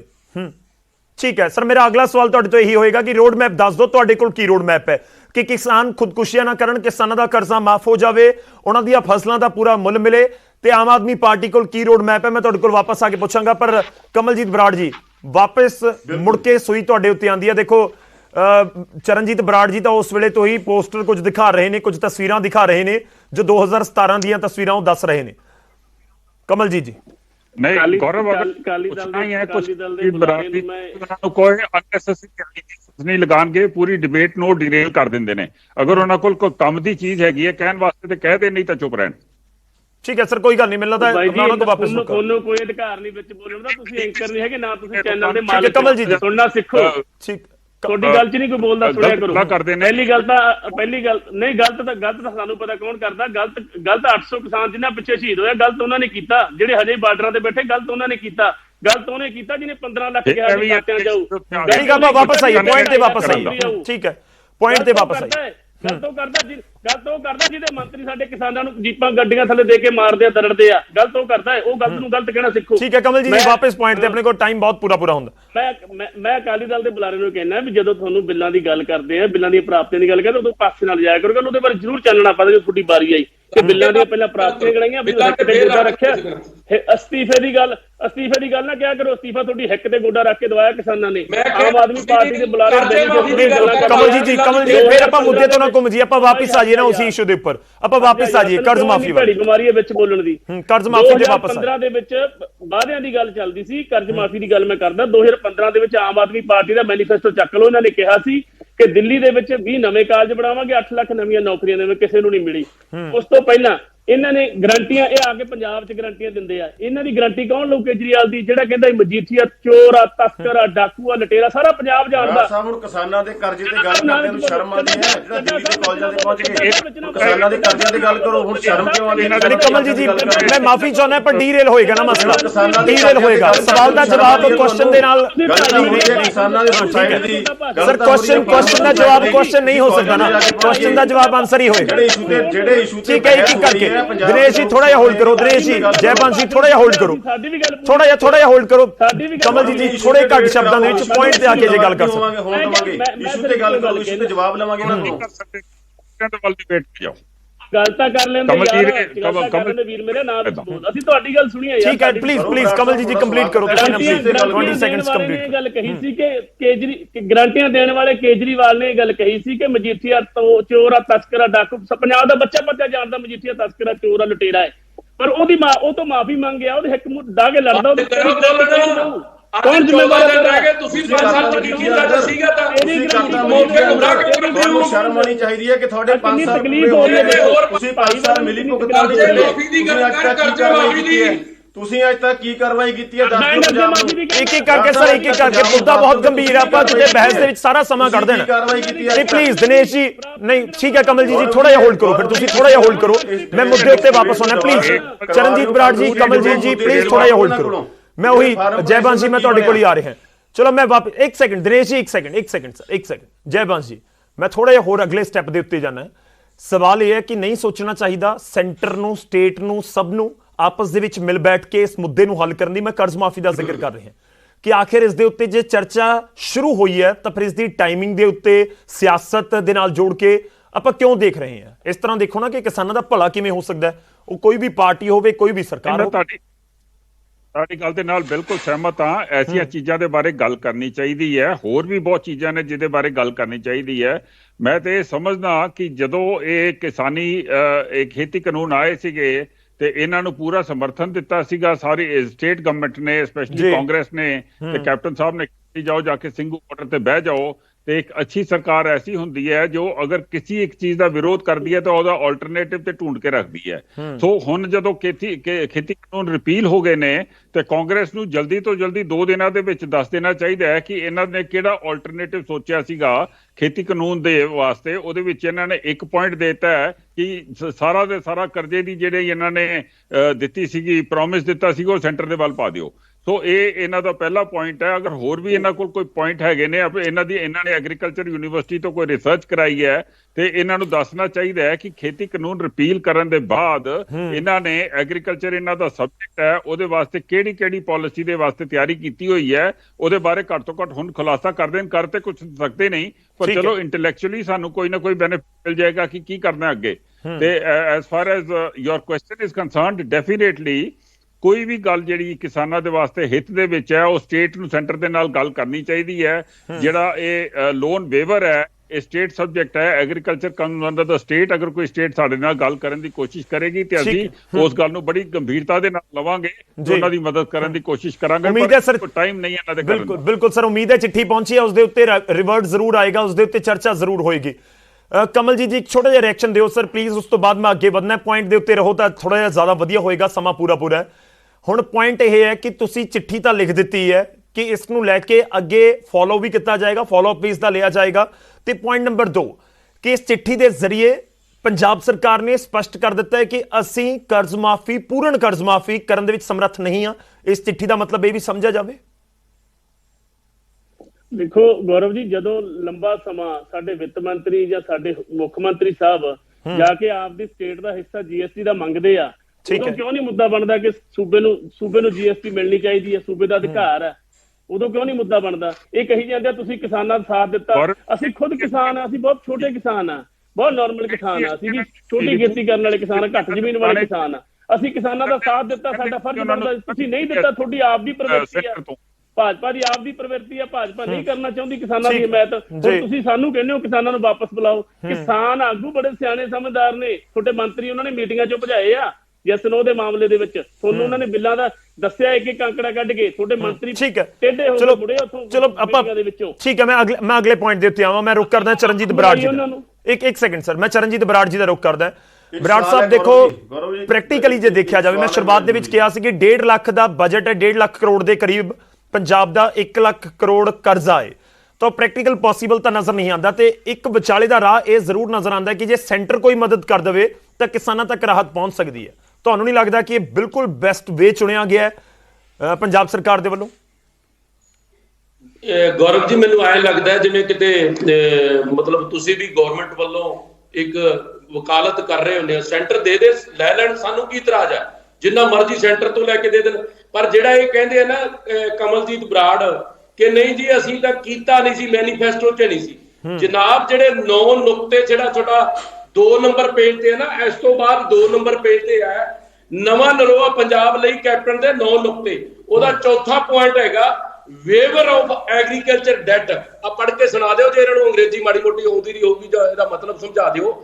ਇਹ ਜਿਹੜੇ ਪਹਿਲੇ 9 ਨੁਕਤੇ 2 ਨੰਬਰ ਪੇਜ ਤੇ ਸੀਗੇ, 1 ਮਿੰਟ ਬੰਦ ਕਰ ਲਾ ਨਾ, ਹੁਣ ਬੰਦ ਕਰ ਲਾ, ਲੋਕਾਂ ਦੀ ਗੱਲ ਜਾ ਰਹੇ ਤੇ ਬੰਦ ਕਰ ਲਾ ਮੇਰਾ ਵੀਰ, ਜ਼ਬਾਨ ਬੰਦ ਕਰ ਲਾ, ਆਪਣੀ ਜ਼ਬਾਨ ਬੰਦ, ਲੋਕਾਂ ਦੀ ਗੱਲ ਕਰਨ ਦੇ। ਕਮਲ ਜੀ ਇੱਕ ਸੈਕਿੰਡ ਥੋੜਾ ਜਿਹਾ ਹੋਲਡ ਕਰੋ ਸਰ, ਥੋੜਾ ਜਿਹਾ ਪਲੀਜ਼। ਕਮਲ ਜੀ ਗੱਲ ਕਰਨ ਦਿਓ ਨਾ, ਕਮਲ ਜੀ ਗੱਲ ਕਰ ਲੈਣ ਦਿਓ, ਕੰਪਲੀਟ ਹੋ ਲੈਣ ਦਿਓ ਉਹਨਾਂ ਦੀ ਗੱਲ। ਇੱਕ ਸੈਕਿੰਡ ਸਰ, ਇੱਕ ਸੈਕਿੰਡ ਕਮਲ ਜੀ ਥੋੜਾ ਠੀਕ ਹੈ। ਚਰਨਜੀਤ ਜੀ ਕੰਪਲੀਟ ਕਰੋ, ਤੁਸੀਂ ਚਰਨਜੀਤ ਜੀ ਕੰਪਲੀਟ ਕਰੋ, ਸਮਾਂ ਖਰਾਬ ਹੋ ਰਿਹਾ। ਬੰਦ ਕਰਾਓ ਵਿੱਚ, ਲੋਕਾਂ ਦੀ ਗੱਲ ਨਹੀਂ ਜਾਣ ਦਿੰਦਾ। ਇਹ 9 ਨੁਕਤੇ ਜਿਹੜੇ ਕਾਂਗਰਸ ਪਾਰਟੀ ਦੇ ਮੈਨੀਫੈਸਟੋ ਦੇ ਵਿੱਚ ਡਾਕਟਰ ਮਨਮੋਹਨ ਸਿੰਘ ਤੋਂ ਜਾਰੀ ਕਰਾਇਆ ਸੀਗਾ, ਉਸ ਦੇ ਵਿੱਚ ਚੌਥਾ ਪੁਆਇੰਟ ਹੈ ਐਗਰੀਕਲਚਰ ਜਿਹੜਾ ਲੋਨ ਸੀ ਉਹ ਵੇਵ ਕਰਨ ਦਾ। ਇਹ ਗੱਲਾਂ ਕਰਦੇ ਆ, ਇਧਰ ਉਧਰ ਦੀਆਂ ਗੱਲਾਂ ਕਰਕੇ ਇਧਰ ਉਧਰ ਕੀ ਬਾਤ ਨਾ ਕਰ। ਅਬ ਕਾਬਲਾ ਲੁੱਟ ਚੁੱਕਾ। 14 ਦਿਨ ਰਹਿ ਗਏ ਤੇਰੇ ਬੋਲਣ ਦੇ, ਬੋਲ ਲਾ ਤੂੰ। 14 ਦਿਨਾਂ ਬਾਅਦ ਤੈਨੂੰ ਲੋਕ ਪਿੰਡਾਂ 'ਚ ਪੁੱਛਣਗੇ ਹਿਸਾਬ। ਜਿਹੜੇ ਤੇਰੇ ਫਾਰਮ ਭਰੇ ਸੀ ਨਾ, ਆ ਜਿਹੜੇ ਫਾਰਮ ਭਰੇ ਸੀ ਪਿੰਡਾਂ 'ਚ ਲੋਕ ਤੁਹਾਡੇ ਤੋਂ ਪੁੱਛਣਗੇ ਹਿਸਾਬ। ਸਾਡੇ ਫਾਰਮ ਭਰ ਕੇ ਰੱਖੇ ਆ। ਦਿਨੇਸ਼ ਚੱਡਾ ਜੀ ਕੁਝ ਕਹਿਣਾ ਚਾਹ ਰਹੇ ਨੇ। ਇੱਕ ਸੈਕਿੰਡ ਸਰ, ਕਮਲਜੀਤ ਜੀ, ਚਰਨਜੀਤ ਜੀ, ਤੁਸੀਂ ਜਦੋਂ ਆਪਸ ਦੇ ਵਿੱਚ ਗੱਲ ਕਰਦੇ ਹੋ ਲੋਕਾਂ ਤੱਕ ਗੱਲ ਨਹੀਂ ਪਹੁੰਚਦੀ। ਜਦੋਂ ਤੁਸੀਂ ਆਪਸ ਦੇ ਵਿੱਚ ਬਹਿਸਬਾਜ਼ੀ ਕਰਨ ਲੱਗ ਜਾਂਦੇ ਹੋ ਲੋਕਾਂ ਤੱਕ ਗੱਲ ਨਹੀਂ ਪਹੁੰਚਦੀ। ਥੋੜਾ ਜਿਹਾ ਹੋਲਡ ਕਰੋ ਸਰ, ਮੈਂ ਦਿਨੇਸ਼ ਚੱਡਾ ਜੀ ਨੂੰ ਐਡ ਕਰ। ਮੈਨੀਫੈਸਟੋ ਦੇ 2 ਨੰਬਰ ਪੇਜ ਤੇ ਚੌਥਾ ਨੁਕਤਾ ਇਹਨਾਂ ਦਾ ਲੋਨ ਵੇਵ ਦਾ। ਠੀਕ ਹੈ ਸਰ, ਥੋੜਾ ਜਿਹਾ ਹੋਲਡ ਕਰੋ ਨਾ, ਫਿਰ ਨਹੀਂ ਸਮਝ ਆਉਂਦਾ ਇਸ ਤਰੀਕੇ ਨਾਲ, ਨਹੀਂ ਸਮਝ ਆਉਂਦਾ। ਬਰਾੜ ਸਾਹਿਬ ਦੇਖੋ, ਚਰਨਜੀਤ ਬਰਾੜ ਜੀ, ਮੈਨੂੰ ਵਕਾਲਤ ਕਰਨ ਦੀ ਕਿਸੇ ਦੀ ਜ਼ਰੂਰਤ ਨਹੀਂ ਹੈ, ਪੋਲੀਟੀਕਲ ਪਾਰਟੀ ਮੈਂ ਨਹੀਂ ਹੈ, ਇਸ ਕਰਕੇ ਤੁਸੀਂ ਜ਼ਰੂਰ ਧਿਆਨ ਰੱਖਿਆ ਕਰੋ। ਮੈਨੂੰ ਵਕਾਲਤ ਕਰਨ ਦੀ ਕੋਈ ਲੋੜ ਨਹੀਂ, ਕਿਸੇ ਪੋਲੀਟੀਕਲ ਪਾਰਟੀ ਦੀ ਮੈਨੂੰ ਵਕਾਲਤ ਕਰਨ ਦੀ ਲੋੜ ਨਹੀਂ, ਚਾਹੇ ਸੱਤਾ 'ਚ ਹੋਵੇ ਚਾਹੇ ਨਾ ਹੋਵੇ। ਮੈਂ ਪੱਤਰਕਾਰ ਹਾਂ, ਸਿੱਧਾ ਸਵਾਲ ਕਰੂੰਗਾ ਸਰ। ਦਿਨੇਸ਼ ਚੱਡਾ ਜੀ, ਸਰ ਮੇਰਾ ਤਾਂ ਸਵਾਲ ਹੋਊਗਾ ਨਾ ਸਰ, ਮੈਂ ਸਵਾਲ ਕਿਉਂ ਨਹੀਂ ਕਰੂੰਗਾ? ਇੱਕ ਸਵਾਲ ਤਾਂ ਹੈ ਨਾ, ਇੱਕ ਸਵਾਲ ਤਾਂ ਹੈ, ਜੇ ਕਿਸਾਨਾਂ ਤੱਕ ਮਦਦ ਪਹੁੰਚਦੀ ਹੈ ਤਾਂ ਉਸ ਦੇ ਵਿੱਚ ਕਿਸੇ ਦਾ ਕੀ ਨੁਕਸਾਨ? ਮੈਂ ਤਾਂ ਉਹਨਾਂ ਨੂੰ ਵੀ ਪੁੱਛ ਰਿਹਾ ਸਰ, ਮੈਂ ਤਾਂ ਉਹਨਾਂ ਨੂੰ ਪਹਿਲਾ ਸਵਾਲ ਇਹੀ ਕੀਤਾ। ਨਹੀਂ ਇਸ ਤਰ੍ਹਾਂ ਨਹੀਂ ਹੁੰਦਾ ਕਿ ਤੁਸੀਂ ਮੇਰੇ ਪਰ ਸਵਾਲ ਚੁੱਕਣ ਲੱਗ ਜਾਓ, ਕੋਈ ਦਿੱਕਤ ਨਹੀਂ। ਦੇਖੋ ਮੈਂ ਪੋਲੀਟੀਕਲ ਪਾਰਟੀ ਨਹੀਂ, ਮੇਰੇ ਉੱਪਰ ਸਵਾਲ ਚੱਕ ਕੇ ਕੋਈ ਲੋਕਾਂ ਤੱਕ ਗੱਲ ਨਹੀਂ ਪਹੁੰਚਣੀ। ਮੇਰਾ ਕੰਮ ਹੈ, ਮੈਂ ਕਾਂਗਰਸ ਨੂੰ ਵੀ ਸਵਾਲ ਕੀਤਾ ਕਿ ਤੁਸੀਂ 4.5 ਸਾਲ ਕਿਉਂ ਨਹੀਂ ਯਾਦ ਰੱਖਿਆ। ਮੈਂ ਤੁਹਾਨੂੰ ਵੀ ਸਵਾਲ ਇਹੀ ਕੀਤਾ ਕਿ ਜੇ ਕਿਸਾਨਾਂ ਤੱਕ ਕੋਈ ਫਾਇਦਾ ਪਹੁੰਚਦਾ ਤਾਂ ਵੈਲਕਮ ਕਰਨ 'ਚ ਦਿੱਕਤ ਕੀ ਹੈ? ਦਿਨੇਸ਼ ਚੱਡਾ ਜੀ ਕੁਝ ਕਹਿਣਾ ਚਾਹੁੰਦੇ? ਸਾਰਾ ਕਰਜ਼ਾ ਮਾਫ ਕਰਾ ਦਿਓ। ਬਿਲਕੁਲ, ਮੈਂ ਤਾਂ ਉਹੀ ਕਹਿ ਰਿਹਾ ਨਾ ਜੀ, ਮੈਂ ਤਾਂ ਉਹੀ ਕਹਿ ਰਿਹਾ। ਮੇਰਾ ਤਾਂ ਸਵਾਲ ਹੀ ਉਹੀ ਸੀ ਕਿ ਜੇ ਕਿਸੇ ਵੀ ਤਰੀਕੇ ਨਾਲ ਕੋਈ ਮਦਦ ਪਹੁੰਚ ਰਹੀ ਹੈ ਤਾਂ ਪ੍ਰੋਬਲਮ ਕੀ ਹੈ? ਦਿਨੇਸ਼ ਚੱਡਾ ਜੀ ਆਪਾਂ ਰਿਐਕਸ਼ਨ ਲੈ ਲਈਏ। ਦਿਨੇਸ਼ ਜੀ। ਗੌਰਵ ਜੀ, ਮੈਂ ਕਾਂਗਰਸ ਪਾਰਟੀ ਦੇ ਬੁਲਾਰਾ ਸਾਹਿਬ ਨੂੰ ਸਤਿਕਾਰ ਸਹਿਤ ਤੇ ਪੁੱਛਣਾ ਚਾਹੁੰਦਾ ਕਿ ਚਲੋ ਤੁਸੀਂ ਚਿੱਠੀ ਤਾਂ ਲਿਖਤੀ, ਘੱਟੋ ਘੱਟ ਹੁਣ ਇਹ ਤਾਂ ਦੱਸ ਦਿਓ ਕਿ ਜਿਹੜੇ ਕਿਸਾਨਾਂ ਦੇ ਕੋਲੋਂ ਫਾਰਮ ਭਰਾਏ ਸੀਗੇ, ਜਿਹੜੇ ਤੁਸੀਂ ਆਪਣੇ ਕਾਂਗਰਸ ਭਵਨ ਦੇ ਵਿੱਚ ਇਕੱਠੇ ਕੀਤੇ ਸੀ ਪੰਜਾਬ 'ਚ ਲੱਖਾਂ ਫਾਰਮ ਭਰਾ ਕੇ ਕਰਜ਼ਾ ਕੁਰਕੀ ਖਤਮ ਦੇ, ਘੱਟੋ ਘੱਟ ਵਿਚਾਰੇ ਕਿਸਾਨਾਂ ਨੂੰ ਇਹ ਤਾਂ ਦੱਸ ਦਿਓ ਕਿ ਉਹ ਫਾਰਮ ਤੁਹਾਡੇ ਕਿੱਥੇ ਨੇ? ਉਹ ਕਾਂਗਰਸ ਭਵਨ ਪਏ ਨੇ, ਉਹ ਸਿੱਧੂ ਸਾਹਿਬ ਕੋਲ ਪਏ ਨੇ, ਚੰਨੀ ਸਾਹਿਬ ਕੋਲ ਪਏ ਨੇ, ਜਾਂ ਕੈਪਟਨ ਸਾਹਿਬ ਨਾਲ ਲੈ ਗਏ ਉਹ ਫਾਰਮ ਜਿਨ੍ਹਾਂ ਤੇ ਕਿਸਾਨਾਂ ਦੇ ਵਿਚਾਰਿਆਂ ਦੇ ਬੇਬਸ ਕਿਸਾਨਾਂ ਦੇ ਅੰਗੂਠੇ ਲਵਾਏ ਸੀਗੇ? ਘੱਟੋ ਘੱਟ ਇਹ ਤਾਂ ਦੱਸ ਦਿਓ ਫਾਰਮ ਕਿੱਥੇ ਨੇ? ਕਿਸੇ ਅਥਾਰਟੀ ਨੂੰ ਤੁਸੀਂ ਫਾਰਵਰਡ ਵੀ ਕੀਤੇ ਆ, ਉਹਨਾਂ ਤੇ ਕੋਈ ਕਾਰਵਾਈ ਵੀ ਕੀਤੀ ਹੈ, ਕਿੱਥੇ ਨੇ ਉਹ ਫਾਰਮ? ਸਿਰਫ ਚਿੱਠੀ ਲਿਖਣ ਨਾਲ ਹੱਲ ਨਹੀਂ ਹੋਣਾ, ਚਿੱਠੀਆਂ ਚਾਹੇ ਰੋਜ਼ ਲਿਖੋ। ਔਰ ਟੀਵੀ ਤੇ ਬੈਠ ਕੇ ਮੈਂ ਇਹਨਾਂ ਨੂੰ ਬੇਨਤੀ ਕਰਦਾ ਕਿ ਐਡੇ ਗੰਭੀਰ ਮੁੱਦਿਆਂ ਦੇ ਉੱਪਰ, ਕਿਸਾਨਾਂ ਦੇ ਸੁਸਾਇਡ ਵਰਗੇ ਮੁੱਦਿਆਂ ਦੇ ਉੱਪਰ ਜਿਹੜੀ ਬੇਸ਼ਰਮੀ ਦੀ ਗੱਲ ਹੈ ਕਿ ਅੱਜ ਸਾਡਾ ਖੇਤੀ ਪ੍ਰਧਾਨ ਸੂਬੇ ਦੇ ਵਿੱਚ ਕਿਸਾਨਾਂ ਦੀਆਂ ਸਮੱਸਿਆਵਾਂ ਟੀਵੀ ਤੇ ਬੈਠ ਕੇ ਅਕਾਲੀ ਕਾਂਗਰਸੀ ਨੂੰ ਲਲਕਾਰੇ ਮਾਰਦੇ ਨੇ। ਇੱਥੇ ਲਲਕਾਰੇ ਨਾ ਮਾਰੋ, ਇੱਥੇ ਲੋਕਾਂ ਦੀਆਂ ਸਮੱਸਿਆਵਾਂ ਦੇ ਹੱਲ ਦੱਸੋ, ਆਪਣੇ ਵਿਚਾਰ ਦੱਸੋ। ਲਲਕਾਰੇ ਮਾਰਨ ਦੇ ਨਾਲ ਰੋਕਣਾ ਨਹੀਂ ਹੈ। ਫਾਰਮ ਸੁਸਾਇਟੀ ਲਈ ਨੀਤੀਆਂ ਪਾਲਿਸੀਆਂ ਦੀ ਲੋੜ ਹੈ। ਦੇਖੋ ਫਾਰਮਾਂ ਨੂੰ ਲੈ ਕੇ ਬਹੁਤ ਹੋਇਆ, ਲਲਕਾਰੇ ਛੱਡਦੇ ਆ, ਇਹਨਾਂ ਦੇ ਨਾਲ ਹਜ਼ਾਰਾਂ ਕਿਸਾਨ ਲੱਖਾਂ ਕਿਸਾਨ ਜਵਾਬ ਲੈ ਲੈਣ ਤੋਂ ਨਹੀਂ ਟਾਈਮ ਬਚੇਗਾ। ਦਿਨੇਸ਼ ਜੀ ਟਾਈਮ ਨਹੀਂ ਬਚੇਗਾ ਪਲੀਜ਼। ਕਮਲ ਜੀ ਜਵਾਬ ਦੇ ਦਿਓ। ਇੱਕ ਪਾਸੇ ਤੁਸੀਂ ਕਹਿ ਰਹੇ ਹੋ ਕਿ ਪੂਰਨ ਕਰਜ਼ ਮਾਫੀ ਦਾ ਅਸੀਂ ਗੱਲ ਹੀ ਨਹੀਂ ਕੀਤੀ ਸੀ, ਪਰ ਕਾਂਗਰਸ ਨੂੰ ਸਵਾਲ ਅਕਾਲੀ ਦਲ, ਬੀਜੇਪੀ ਤੇ ਆਮ ਆਦਮੀ ਪਾਰਟੀ ਸਾਰੇ ਪੁੱਛ ਰਹੇ ਨੇ ਕਿ ਫਾਰਮ ਤੁਸੀਂ ਭਰਵਾਏ ਸੀ 34-35 ਲੱਖ, ਉਹ ਫਾਰਮ ਕਿੱਥੇ ਨੇ? ਕਿ ਉਹੀ ਦੱਸ ਦਿਓ ਕਿ ਉਹਨਾਂ ਦੇ ਵਿੱਚ ਕੋਈ ਜ਼ਿਕਰ ਨਹੀਂ ਸੀ, ਕਰਜ਼ਾ ਕੁਰਕੀ ਖਤਮ, ਫਸਲ ਦੀ ਪੂਰੀ ਰਕਮ, ਇਹੀ ਨਾਰਾ ਸੀ। ਮੈਂ ਕਿਹਾ ਅਸੀਂ ਕਿਸਾਨਾਂ ਦਾ ਕਰਜ਼ਾ ਮਾਫ ਕੀਤਾ, ਵਿੱਤੋਂ ਵੱਧ ਮਾਫ ਕੀਤਾ ਹੈ। ਮੈਂ ਕਹਿ ਰਿਹਾ ਜਦੋਂ ਹੁਣ ਵਿੱਤੋਂ ਵੱਧ ਸਾਨੂੰ ਜਿੱਥੇ ਸਾਡਾ ਟੈਕਸ ਜਾਂਦਾ ਅਸੀਂ ਉਹ ਤੋਂ ਮੰਗ ਲਿਆ, ਗੁਨਾਹ ਕੀ ਹੈ? ਜੇ ਤੁਸੀਂ ਸਾਰੇ ਪੰਜਾਬ ਦਾ ਭਲਾ ਚਾਹੁੰਦੇ ਹੋ, ਪੰਜਾਬ ਦੇ ਕਿਸਾਨਾਂ ਦਾ ਭਲਾ ਚਾਹੁੰਦੇ ਹੋ, ਤੇ ਚਿੱਠੀ ਦਾ ਸਮਰਥਨ ਕਰੋ। ਚਰਨਜੀਤ ਬਰਾੜ ਜੀ ਅੰਗਰੇਜ਼ੀ ਦੀ ਗੱਲ ਕਰਦੇ ਆ, ਚਰਨਜੀਤ ਬਰਾੜ ਜੀ ਅੰਗਰੇਜ਼ੀ 'ਚ ਡਿਬੇਟ ਆਪਾਂ ਇਕੱਲੇ ਰੱਖ ਲੈਂਦੇ ਆ, ਆਪਾਂ ਇੰਗਲਿਸ਼ ਡਿਬੇਟ ਕਰ ਲੈਂਦੇ। ਮੈਨੂੰ ਅੰਗਰੇਜ਼ੀ ਤੋਂ ਵੱਧ ਦਿਓ, ਪਰ ਮੈਨੂੰ ਆਟੋ ਨਹੀਂ ਚਲਾਉਣਾ। ਫਾਰਮ ਦਾ ਜਵਾਬ ਨਹੀਂ ਮਿਲਿਆ, ਫਾਰਮ ਦੱਸ ਦਿਓ ਕਿੱਥੇ ਹੈ? ਫਾਰਮ ਤਾਂ ਦੱਸ ਦਿਓ ਕਿਹਦੇ ਕੋਲ ਪਏ ਹੈ? ਤੁਸੀਂ ਮੈਨੂੰ ਇਹਨਾਂ ਦੱਸ ਦਿਓ ਵੀ ਮੈਂ ਚੱਡਾ ਸਾਹਿਬ ਦੱਸਦਾ, ਸੁਣ ਗਿਆ ਮੈਨੂੰ, ਦੱਸ ਦਿਓ, 3 ਵਾਰੀ ਬੋਲਣ ਦੀ ਲੋੜ ਨਹੀਂ, ਸੁਣ ਗਿਆ ਮੈਨੂੰ। ਤੁਸੀਂ ਮੈਨੂੰ ਐਂ ਦੱਸ ਦਿਓ ਵੀ ਬਾਦਲ ਸਾਹਿਬ ਮਜੀਠੀਆ ਨੂੰ ਦਿੱਲੀੋਂ ਕਿਹੜੀ ਜੇਲ੍ਹ ਚੋਂ ਛੁਡਾ ਕੇ ਲਿਆਏ ਆ, ਜਿਹਨੂੰ ਤੁਸੀਂ ਨਸ਼ੇ ਦਾ ਤਸਕਰ ਤੇ ਚੋਰ ਠੱਗ ਦੱਸ ਰਹੇ ਸੀ, ਉਹ ਕਿਹੜੀ ਜੇਲ੍ਹ ਚੋਂ ਲਿਆਂਦਾ? ਸ਼ੀਲਾ ਦੀਕਸ਼ਿਤ ਜਿਹੜੀ ਜੇਲ੍ਹ ਤੁਸੀਂ ਬੰਦ ਕੀਤਾ, ਕਮਲਜੀਤ ਬਰਾੜ ਜੀ, ਜਿਹੜੀ ਜੇਲ੍ਹ ਤੁਸੀਂ ਬੰਦ ਕੀਤਾ। ਮੈਂ ਮਾਫੀ ਚਾਹ ਰਿਹਾ ਦਿਨੇਸ਼ ਜੀ, ਵਿਚਾਲੇ ਤੁਹਾਨੂੰ ਰੋਕ ਰਿਹਾ। ਚਰਨਜੀਤ ਬਰਾੜ ਜੀ ਤੁਹਾਡਾ ਵੀ ਧੰਨਵਾਦ। ਠੀਕ ਹੈ, ਮੈਂ ਵਿਚਾਲੇ ਰੋਕ ਰਿਹਾ। ਬਹੁਤ ਸ਼ੁਕਰੀਆ ਸਾਰਿਆਂ ਦਾ ਸਾਡੇ ਨਾਲ ਜੁੜਨ ਦੇ ਲਈ, ਚਰਚਾ ਦੇ ਵਿੱਚ ਸ਼ਾਮਲ ਹੋਣ ਦੇ ਲਈ। ਇਹ ਚਰਚਾ ਬਹੁਤ ਗੰਭੀਰ ਮੁੱਦੇ ਦੇ ਉੱਤੇ ਹੈ। ਸਿੱਧੀ ਜੀ ਗੱਲ ਹੈ ਕਿ ਜੇ ਕਿਸਾਨਾਂ ਤੱਕ ਕਿਸੇ ਵੀ ਤਰੀਕੇ ਦੇ ਨਾਲ ਕੋਈ ਫਾਇਦਾ ਪਹੁੰਚਦਾ ਤਾਂ ਕਿਸੇ ਵੀ ਪਾਰਟੀ ਨੂੰ, ਕਿਸੇ ਵੀ ਸ਼ਖਸ ਨੂੰ ਕੋਈ ਇਤਰਾਜ਼ ਨਹੀਂ ਹੋਣਾ ਚਾਹੀਦਾ, ਇਨਫੈਕਟ ਹੋਏਗਾ ਵੀ ਨਹੀਂ। ਪਰ ਕੀ ਵਾਕਈ ਜੋ ਇੱਕ ਬਦਲ ਦਾ ਜ਼ਿਕਰ ਕੀਤਾ ਗਿਆ ਇੱਕ ਪੋਲੀਟੀਕਲ ਮੁੱਦਾ ਬਣ ਗਿਆ, ਜਾਂ ਸਿਆਸਤ ਦੇ ਤੌਰ ਦੇ ਉੱਤੇ ਇਸ ਨੂੰ ਦੇਖਿਆ ਜਾ ਰਿਹਾ ਹੈ ਕਿ ਇੱਕ ਚਿੱਠੀ ਲਿਖ ਦਿੱਤੀ ਗਈ? ਕਿਉਂਕਿ ਇਲੈਕਸ਼ਨ ਤੋਂ 1.5-2 ਮਹੀਨੇ ਪਹਿਲਾਂ ਇਹ ਚਿੱਠੀ ਲਿਖਿਆ ਜਾਣਾ ਚੋਣਾਂ ਦੇ ਨਾਲ ਜਾਂ ਇਲੈਕਸ਼ਨ ਦੇ ਨਾਲ ਜੋੜ ਕੇ ਤਾਂ ਲਾਜ਼ਮੀ ਤੌਰ ਤੇ ਦੇਖਿਆ ਜਾਏਗਾ। ਹੁਣ ਸੈਂਟਰ ਦੀ ਸਰਕਾਰ ਕੀ ਕਹਿੰਦੀ ਹੈ, 1.5-2 ਮਹੀਨਿਆਂ ਦੇ ਵਿੱਚ ਕੀ ਜਵਾਬ ਮਿਲਦਾ ਹੈ, ਕਿ ਵਾਕਈ ਕੋਈ ਐਕਸ਼ਨ ਹੋ ਜਾਂਦਾ ਹੈ? ਬਹੁਤ ਮੁਸ਼ਕਿਲ ਇਹ ਰਾਹ ਨਜ਼ਰ ਆਉਂਦੀ ਹੈ, ਪਰ ਇੱਕ ਚਿੱਠੀ ਲਿਖ ਕੇ ਚਰਚਾ ਜ਼ਰੂਰ ਮੁੱਖ ਮੰਤਰੀ ਨੇ ਛੇੜ ਦਿੱਤੀ ਹੈ। ਪ੍ਰਾਈਮ ਟਾਈਮ ਅੱਜ ਦੇ ਲਈ ਇੰਨਾ।